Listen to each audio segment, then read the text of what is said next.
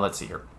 Trash hotel rooms and ruined pools. Crowds go wild for the Old Gods of Asgard Ragnarok tour. The rock and roll group of the Old Gods of Asgard are leaving chaos in their wake as they plow through the major U.S. cities on their aptly named Ragnarok tour. The band is breaking their sales records with singles topping the charts and had their latest sold-out concert in Long Beach, California.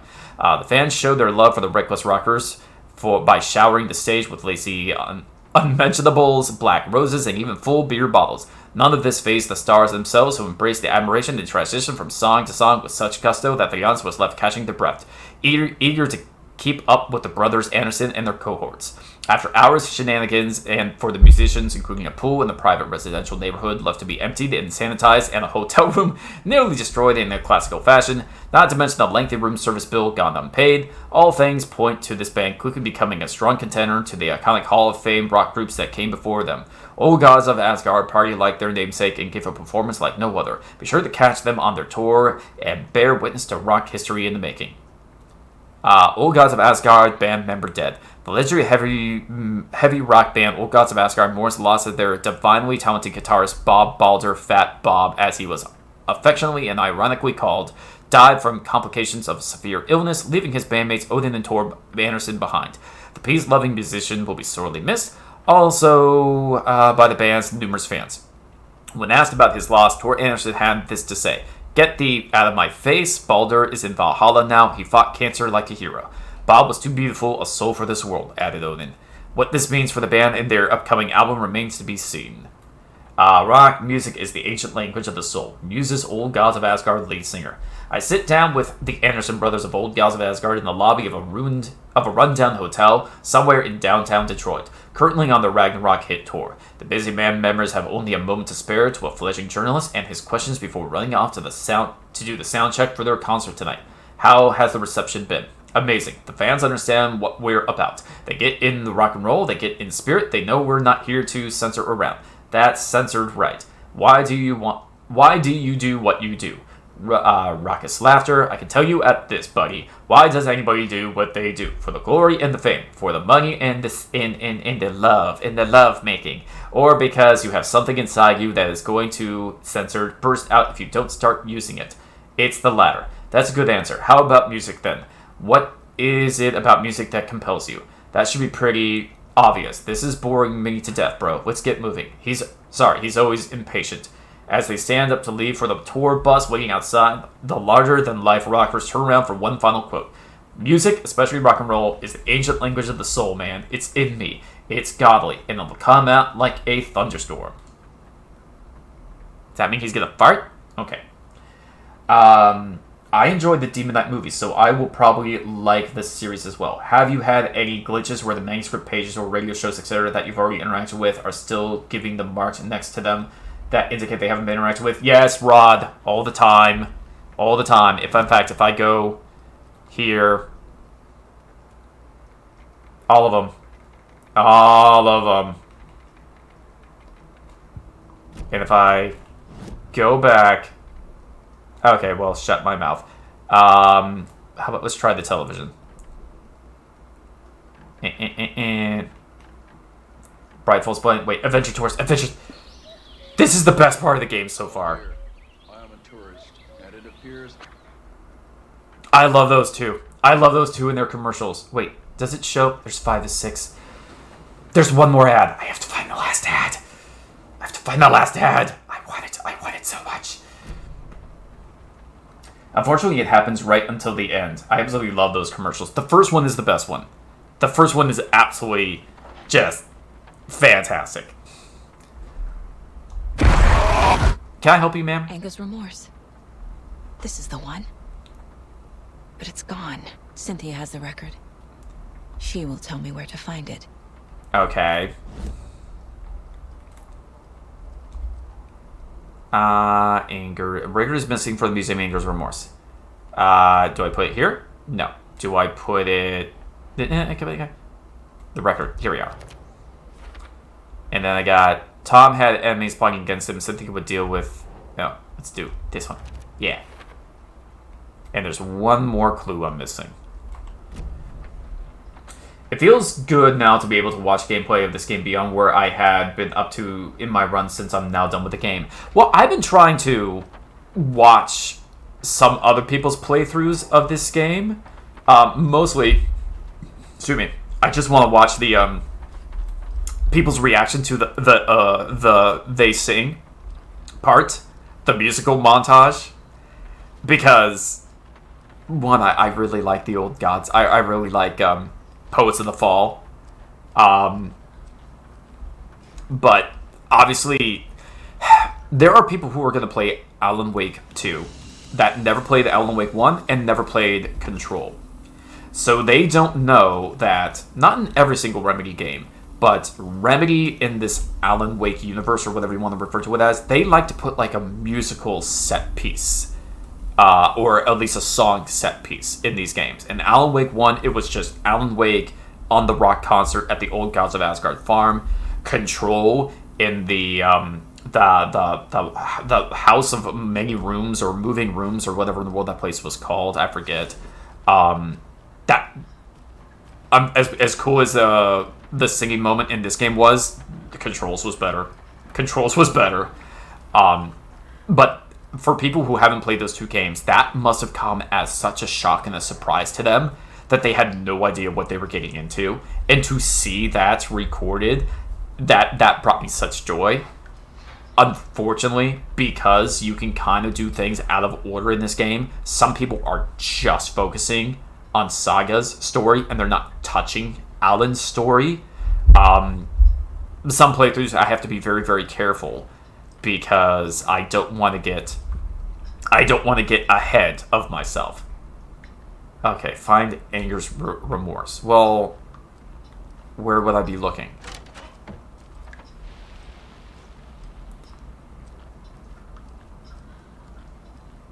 The ashtray maze. That's what it was called. Yeah, I think the ashtray maze was better. Not necessarily because the sequence was better, but I think my only complaint about the they sing moment in this game is that is a song which really only works in the game. Because it is directly connected to the game. Like, the lyrics are about what is happening to the game. It is about the story. It is integral to being in the game. Versus the song from Control, Take Control. I mean, yeah, a lot of the lyrics are about the events in the game, but I think that song works even outside of the game. Like, I have that song on my, like, Spotify playlist, and it still works as a song by itself. I mean, maybe I'll feel differently after I spend some more time away from this game, but yeah, I don't know if the lyrics make the song work outside of playing the game. Okay, well, where do I find this record? Do I have a room I haven't been to? No. Oh, do I talk to Adi? Maybe I talk to Adi. That can be so difficult because a thumbnail for a person's stream can be so misleading. I saw someone react to Take Control who is a musician and they hadn't played the game and absolutely still love that song. Yeah, I mean, that's just my point, Rod. Take Control is just a good song. It's a good rock song. Hey, Adi, you got something? Yeah. I found an empty record sleeve. Do you know where the record inside went? Oh, the matter is not my business. Mutta niin, sanotaanko vaikka, että but she who steals a needle steals a nail. Wonders of the modern world. Music captured on vinyl, on tape. What will they come up with next? Digital. Tähän vielä keksi. I'm a man of the old union. Thanks for your help. Do I finally get to profile? Oh, I totally missed these. Where is Angus Remorse now? He is a young girl in love. A rock and roll twin. The shadows to come alive. A gift. An on-off death wish. She has the record. I can get it out of her. I do hope they have a very good explanation about why she in the world is able to, like, there's a footprint here. Let me go into my mind palace. They are 6'11". They ate bacon for breakfast. They were fighting with their wife 2 days ago. In Miss Johnson's class, when this person was 5 years old, he wet his pants. The urine was wet and warm as they went down into the needle, the needle went down into his shoe and soaked his sock. Yes, I see it all. From that footprint in the mud. I'm like, what's going on here? Can we just say that she's psychic? Can we just say that she has superpowers? How is she doing this? Angus Remorse. Where is it, Cynthia? Drowned beneath dark water. Too many hands. The bathroom frightened her. Cut short. Hey, to be fair, I've gone to some rest stops where the bathroom frightened me as well. An old folks care home. Hey, I was already there. The Angus Remorse record is in Cynthia's room. In her bathtub.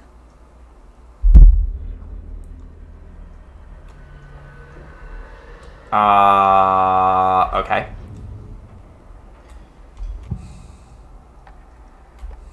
Angus Remorse is missing. But I've already figured out it's in the bathtub. Took it. Our shame becomes the pale horse. Oh, Tor. Bro. Tor's love for you is in that song. That's why Cynthia wants it. To ruin him.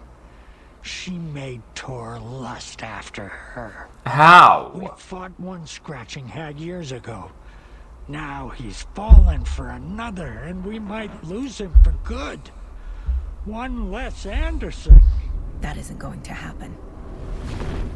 When you die, you'll die together. Angus Remorse is the key to get there. I need to make Cynthia reveal its location. I already did that. I just did it out of order. After being so used to how the characters looked in Alan Wake 1, it has been a little jarring seeing the new faces for them. This again goes back to what I was saying about the fact that they're straight up using actors in this game. Now, I actually don't have a problem using actors for character models and motion capture and basically doing almost like a stage presentation version of the game. And the animators using that for, well, the characters. This is kind of creating I'm not going to go so far to say like a big controversy, but a kind of like people like me just shaking their heads, going like, what are you doing? Not in this game, but I don't know if you've played Spider-Man 2, but kind of one of the hubbubs about Spider-Man 2 is like what MJ looks like in that game. And originally people were like, why does MJ look like so homely?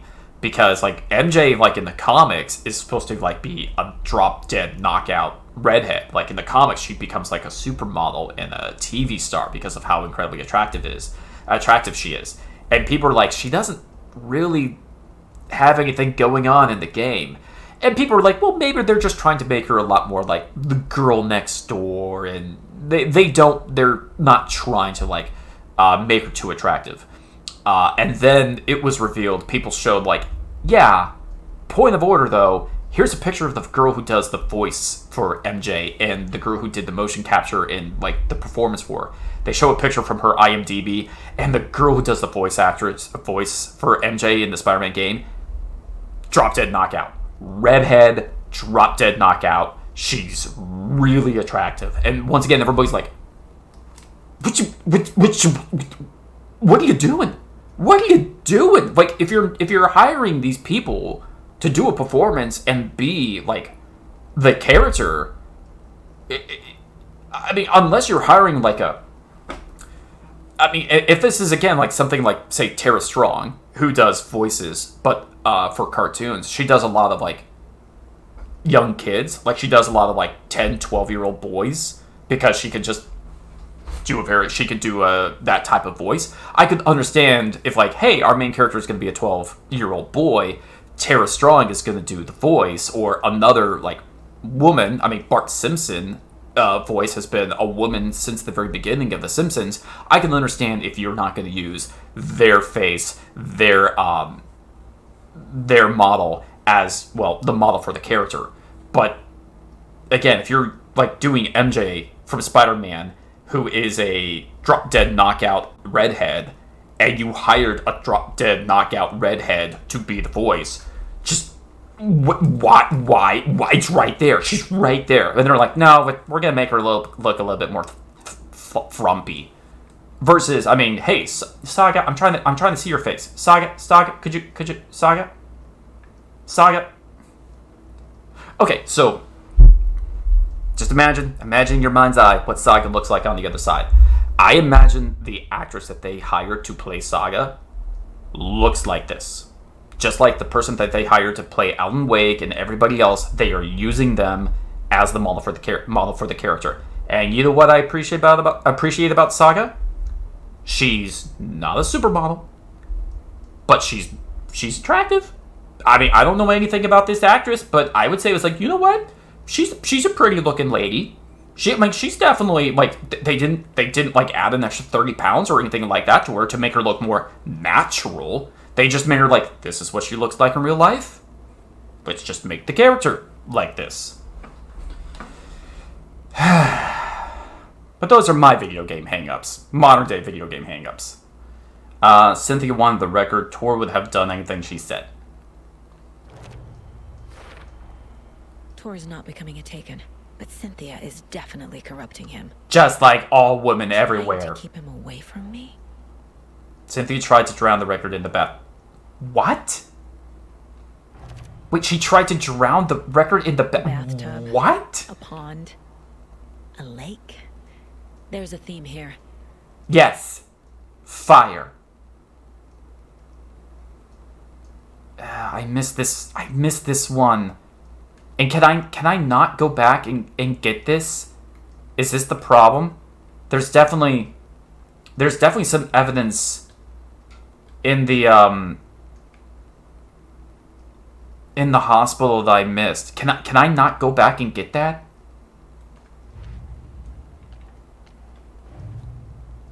And I still can't do anything with this.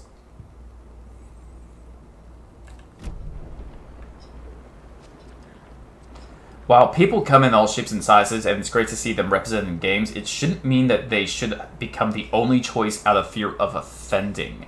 Well, Rod, I've come up with my own theory about why video game developers are trying to make women in video games, I guess we'll call them, like, less like, idealized and more plain, I guess we'll call it. And I would imagine there's a lot of video game company or people that work in video game companies who every single day had to go back home to their wives or their girlfriends, and their girlfriends would be like, is that what you want? Is that what you want? Am I not good at... And they would just constantly hear it from their wives because their husbands or boyfriends are at work just making Lara Croft. Just giant bazongas, super sexy, whatever characters. And they were just constantly getting these side eyes from their wives and girlfriends. So there's a lot of guys in video games who are like, I'm tired of getting it from my wife, from my girlfriend, from my whomever. Every single day, I come home. So we're just gonna make every female in a video game like 210 pounds. They're gonna have like acne scars, and they haven't washed their hair for like 3 weeks. None of them have a butt. And they all have A cups.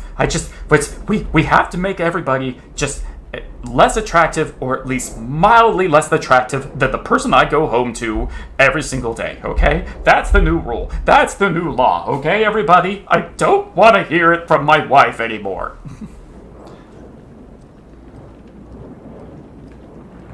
Thank goodness there's companies like Capcom out there who are just like, we'll make everybody hot. We don't care. Man and woman. And God bless you, Capcom. Someday I'll buy Street Fighter 6 in support of you. Anger's Remorse by Old Gods of Asgard. Lick it. Lick it. Played in the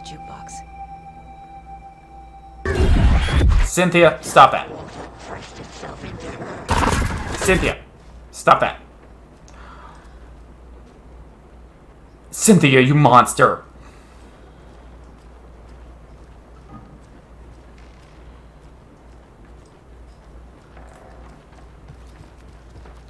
Let's see here. Like, I'm not built like Michael B. Jordan, but I don't dislike seeing characters who aren't my body type. Well, yeah, I mean, Rod, my opinion about, like, the...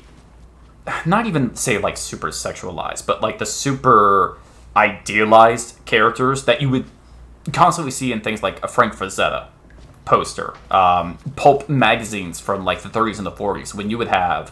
like, incredibly attractive, like, sexualized and beautiful women, and then insanely muscular, like, ripped, like, athletic men with long, flowing hair.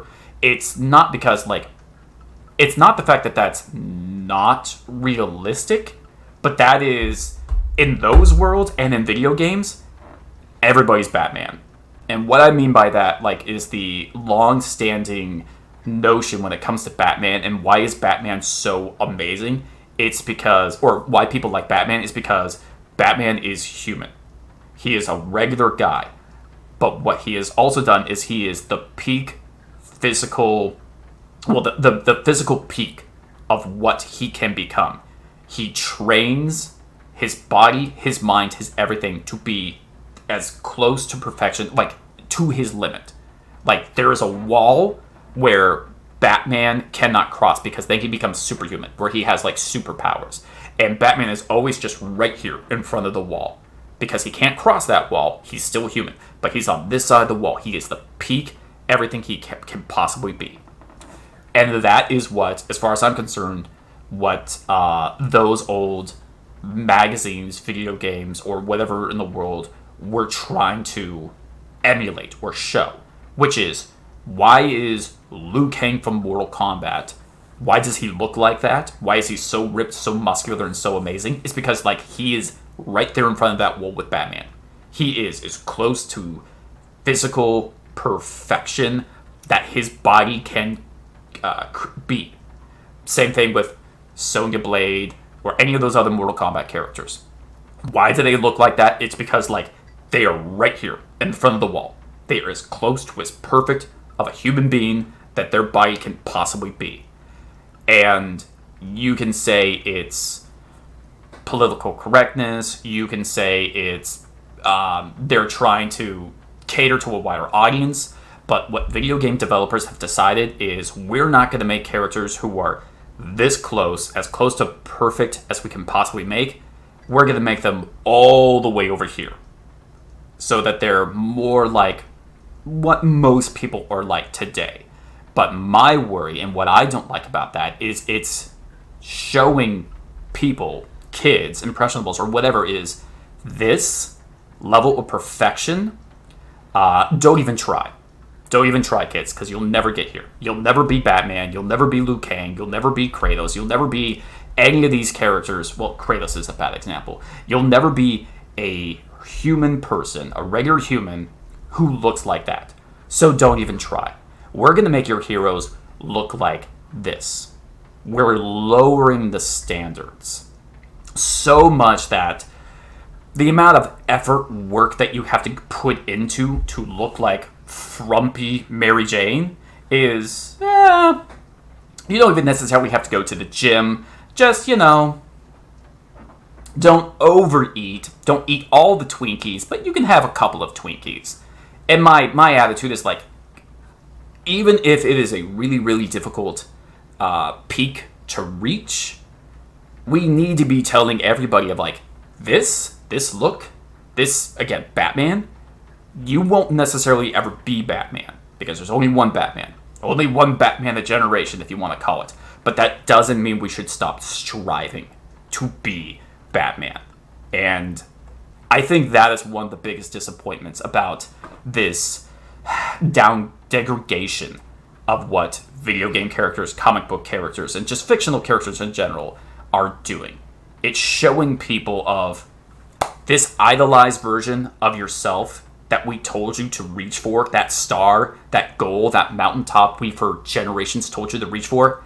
Yeah, don't even bother. Just go to the ski lodge at the bottom of the mountain, get some hot cocoa, put your feet up, and that's good enough. No reason to even try and go up there. I mean, if you go up to the top of Mount Everest, you could die. Better just to stay down at the very edge and say, well, I showed up, and that's good enough. No, it's not.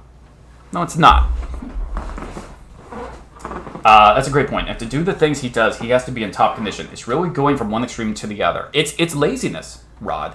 It's exactly what that new South Park special, the Pandaverse, which I don't know if you've seen it, but a lot of people think the entire episode is about like how bad Star Wars is, how bad Disney is, and how bad Kathleen Kennedy is. No, the underlying message of that South Park special is that we've all gotten lazy. People who make Star Wars have gotten lazy. Disney has gotten lazy. We, in the world, have gotten lazy. Because the whole B story to that episode is how the husbands in South Park, nobody knows how to fix anything anymore. Everybody's calling handymen to fix their stove, fix their fridge, fix their bathroom. Nobody knows how to do anything anymore. And it's not because we're not capable. It's because even when we have the information in front of us, like one character uses Siri, so how do I fix this thing? And Siri tells him exactly how to do it. And he goes, well, can you do it for me, Siri? And Siri's like, no, I don't have any arms. And he's like, oh, well, I guess it's never going to get done. He is capable of fixing something, but everybody's just too lazy to do it. And I think the problem is a lot of people weren't really complaining about what video game characters look like. What they were actually complaining about was the mirror that video game characters, comic book characters, movie characters, athletes, supermodels, Victoria's Secret supermodels, everything like that. It's when if you are a frumpy, fat, overweight, out of shape, diabetic, just Frito Hot Pocket eating person just hanging out on their couch all day, and you take a look at yourself in the mirror, and you can clearly see what's wrong, and then you look over there, and on the TV, on a magazine cover, in a movie, is somebody that looks like, any of the men who take their shirt off in a Marvel movie, Henry Cavill in The Witcher. When you take a look at them and go, if I actually put my mind to it, and I put my money where my mouth is, I could achieve something that looks like that.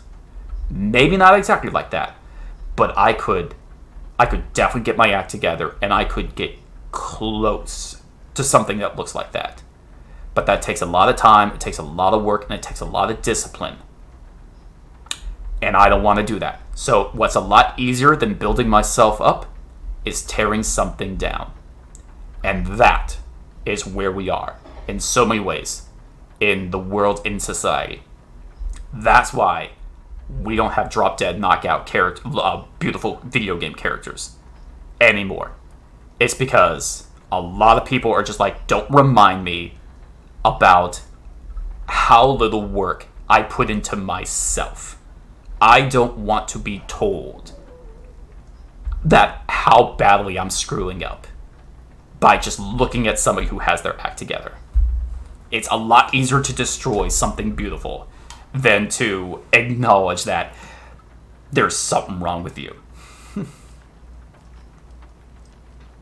Hi, is there a record player in here?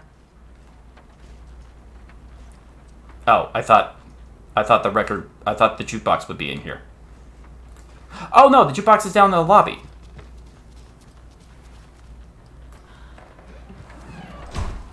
Hey, who shut that door? Old people? Old people?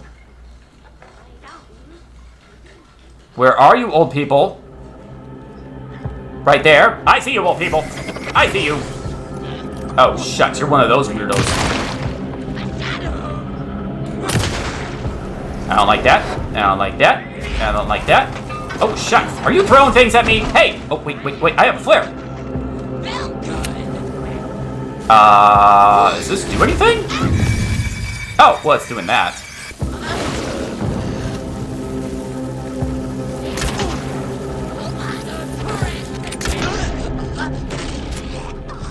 Got her. Or it. I don't know.